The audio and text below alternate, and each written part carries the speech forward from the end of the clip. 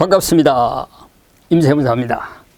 이번에는 갑상속 공제 두 번째 강좌가 되겠습니다. 피상속인과 상속인 요건, 어떤 피상속인과 상속인은 어떤 요건을 갖춰야 갑상속 공제가 되는지 같이 한번 살펴보도록 하겠습니다. 피상속인 요건, 그러니까 그 사망자 요건을 살펴보면 일단 상속 개시일 현재, 사망일 현재 거주자여야 되고요. 갑을 영위를 해야 되는 거예요. 갑을. 그러니까 사망자가 사망일까지 갑을 영위한다는 거, 이거 좀 이상하게 들리실지 모르겠지만 일단은 그 회사에 적을 두고 있고요. 적을 두고 있으면서 고문이라든가 명예회장이라든가 아니면 대표이사라든가 사장이라든가 이사라든가 그런 직을 가지고 있으면서 갑에 관여를 해야 되겠죠. 왜 이걸 넣어놨냐 그러면요. 그럼 죽을 때까지 갑에 종사를 하고 출근을 하란 말이냐. 그렇게도 들리실 수가 있겠지만 고문이라든가 감사라든가 그런 직을 가지고 있으면 그렇게 회사를 계속 나가야 되는 건 아니죠. 근데 그 심판 사례에 보니까 피상속인이 돌아가신 분이 의식이 불명돼 가지고 병원에 입원을 한 상태예요. 그러니까 갑에 종사를 안 했다고 해서 과세당국에서 과세를 해버렸어요. 그러니까 납세자가 불복을 했죠. 근데 심판원에서는 다른 요건이 다 갖춰졌는데 부득이하게 아파서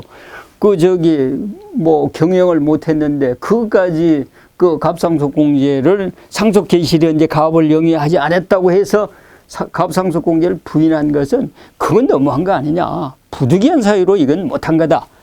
그래서 피상속이 상속이 개시일 때까지는 적을 두고, 그런데 아파서 못 오는 게 아니고 그냥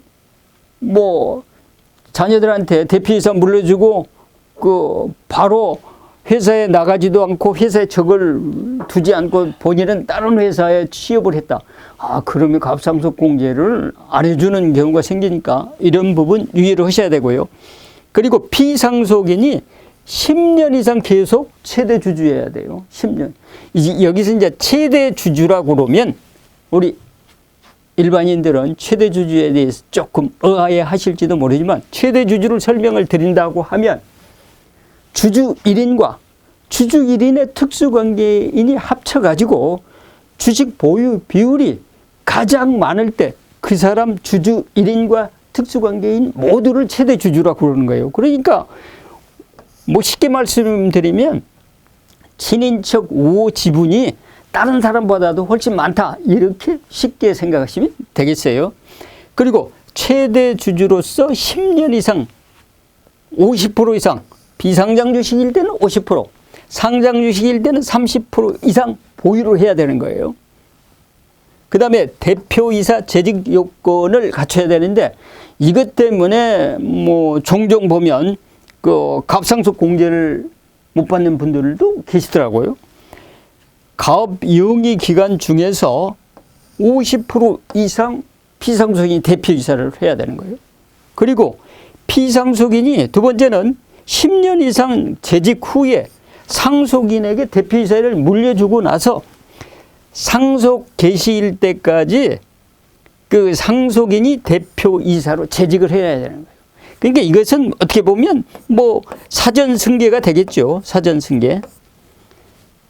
그 다음에 그 세 번째는 상속 개시일로부터 소급해서 10년 중 5년 이상을 대표이사 재직만 하면 되는 거예요.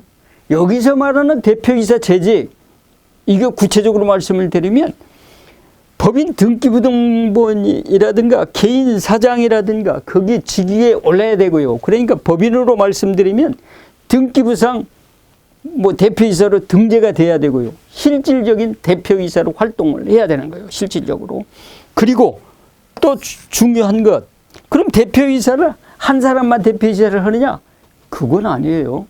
그 대표이사는 공동대표도 있고 각자 대표도 있고 뭐 단독 대표도 있고 여러 가지 방법이 있으니까 뭐 대표이사를 공동대표로 하거나 각자 대표로 하면서 일부 그 업무에 관여한 대표이사만 그 직을 수행해도 상정법에서는 대표이사 직을 수행한 걸로 해석을 하고 있습니다. 그럼 상속인 요건에 대해서 살펴보도록 하겠습니다. 상속인 요건, 그러니까 갑을 물려받을 상속인 요건이에요.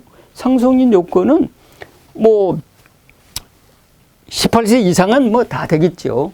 그런데 뭐 상속인 요건 중에서는 그 상속인이 주식만 받고 주식을 받은 상속인의 배우자가 갑에 종사해도 되는 거예요. 그러니까 딸은 주식을 받고 사위는 근무를 하고 이래도 이 요건만 갖추면 갑상속공제를 받을 수 있다는 거예요. 그래서 상속인이 갑에 종사를 해야 되는데 언제까지 그 종사를 해야 되느냐? 상속인은 상속 개시일 전, 그러니까 사망일 전 2년 이상 갑에 종사해야 돼요. 이게 상속 개시일, 사망일 2년 전에 갑에 종사를 해야 되고요. 뭐 상속인의 배우자, 이것도 똑같이 2년 이상, 사망 전에 2년 이상 종사를 해야 되고요. 그 다음에 이제 갑에 종사를 할 수 없는 예외 규정이 있어요. 예외 규정. 이건 뭐냐고 그러면 피상속인이 65세에 사망했다든가 천재지변이나 인재로 사망했을 경우, 이럴 때 이건 급작스럽게 아니면 뭐 나이가 적은 나이에서 사망을 했기 때문에 갑을 상속을 이렇게 할 수 있는 구체적인 그런 그 여건이라든가 시간적 여유가 없이 급작스럽게 사망을 했기 때문에 이럴 때는 그 상속인의 갑 종사 2년 종사 요건, 이것을 지키지 않아도 되는 거예요. 그 다음에 상속인이 갑을 이제 상속을 받았다. 이럴 때는 반드시 상속세 신고 기한까지 임원에 취임을 해야 되고요. 그 다음에 상속세 신고 기한부터 2년 이내에 갑을 상속을 받은 이 임원으로 취임한 이 상속인이 대표이사에 취임을 해야 되는 거예요.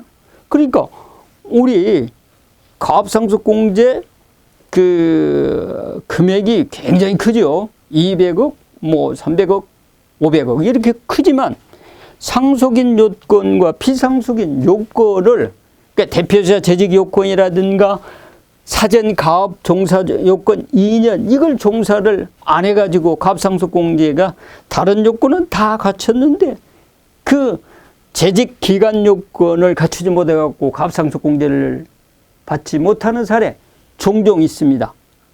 그래서 불복 청구에도 보면 뭐 종종 나오거든요. 불복 사례를 보면 이 상속인이 갑에 종사했냐 안 했냐 이것을 가지고 불복 사례를 말씀을 드리면, 한의사가 회사 옆에서 한의업을 개업을 하고 회사 감사로 뭐 활동을 했다. 과세당국에서는 뭐 2년 이상 재직 안 한 걸로 봤는데 심판 사례에서는 그거 감사로 했으면 재직한 거지 왜 그걸 그렇게 무리한 과세를 하면 되느냐. 그래서 납세자 손을 들어줬고요. 또 최근 사례에 하면 이 상속인이 그 갑에 갑에 직접 근무를 하기 전에 그 해외 이민을 해외 유학을 떠났어요. 해외 공부를 하면서 회사하고 이메일로 연락을 하면서 업무를 주고받은 사례가 있는데 이게 갑의 종사냐 아니냐 이걸 가지고 뭐 다툼이 대상이 됐는데 심판 사례에서는 그건 그 유학 가서 이메일로 회사 업무에 관여한 근거도 있고 업무에 관여를 했으니까 그것도 2년 이상 갑에 종사한 기간에 합쳐야 된다. 이런 사례도 있습니다. 그래서 이런 사례가 뭐 보기에는 굉장히 쉽게 보이지만 실무를 적용하다 보면 2년 기간 종사를 했냐 안 했냐에 따라서 그 갑상속공제를 부인한 그런 사례도 종종 목격하게 되니까 상속인과 피상속인 요건 이거 잘 갖춰가지고 갑상숙공제를 무리 없이 잘 받아서 그 가업이 지속적으로 성장 발전했으면 좋겠습니다. 감사합니다.